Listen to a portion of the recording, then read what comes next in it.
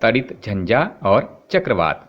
तड़ित झंझा भारत जैसे गर्म आर्द्र उष्णकटिबंधीय क्षेत्रों में अक्सर विकसित होते रहते हैं। ताप में वृद्धि होने के कारण ऊपर की ओर उठती हुई पवन प्रबल हो जाती है।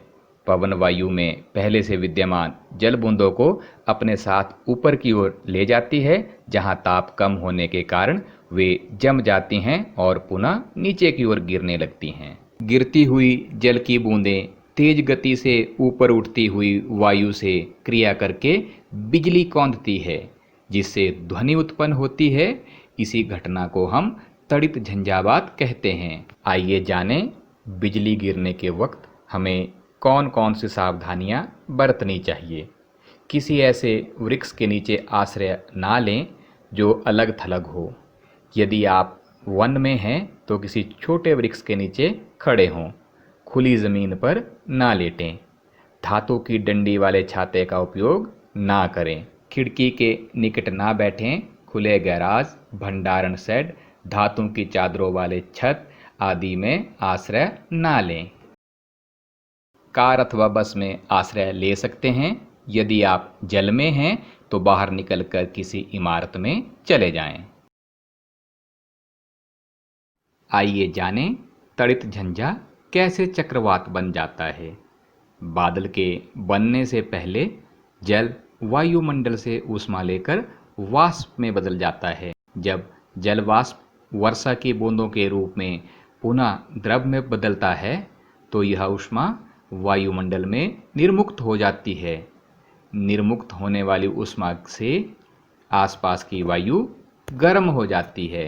इस प्रकार गर्म वायु ऊपर की ओर उठती है, जिससे वायु दाब कम हो जाता है। फलस्वरूप तड़ित झंझा के केंद्र की ओर उच्च वेग की वायु गति करने लगती है। यह क्रिया बार बार होती रहती है, जिससे अंत में बहुत ही निम्न दाब का एक क्षेत्र बन जाता है, जिसके चारों ओर उच्च वेग की वायु की अनेक परतें कुंडली के रूप में घूमती रहती हैं।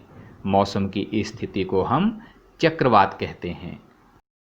चक्रवात की संरचना। किसी चक्रवात का केंद्र एक शांत क्षेत्र होता है। इसे झंझा का नेत्र कहते हैं।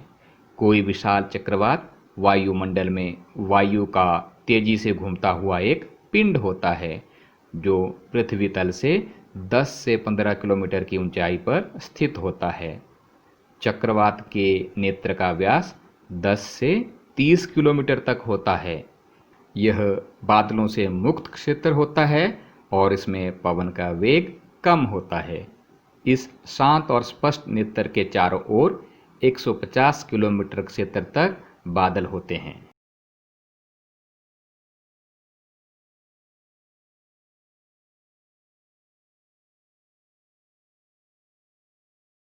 देखिए चक्रवात का निर्माण और चक्रवात के नेत्र का प्रतिबिंब।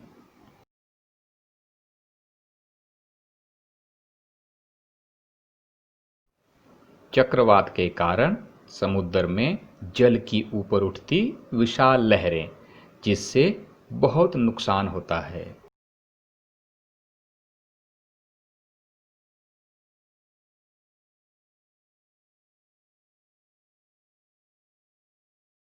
अमेरिका में चक्रवात को हरिकेन कहते हैं। फिलीपींस और जापान में इसे टाइफून कहते हैं। भूमध्य रेखा के आसपास के वे क्षेत्र जहां चक्रवात निर्मित होते हैं। भारत में ज़्यादा टॉर्नेडो नहीं आते हैं। टॉर्नेडो गहरे रंग के कीपाकार बादल होते हैं।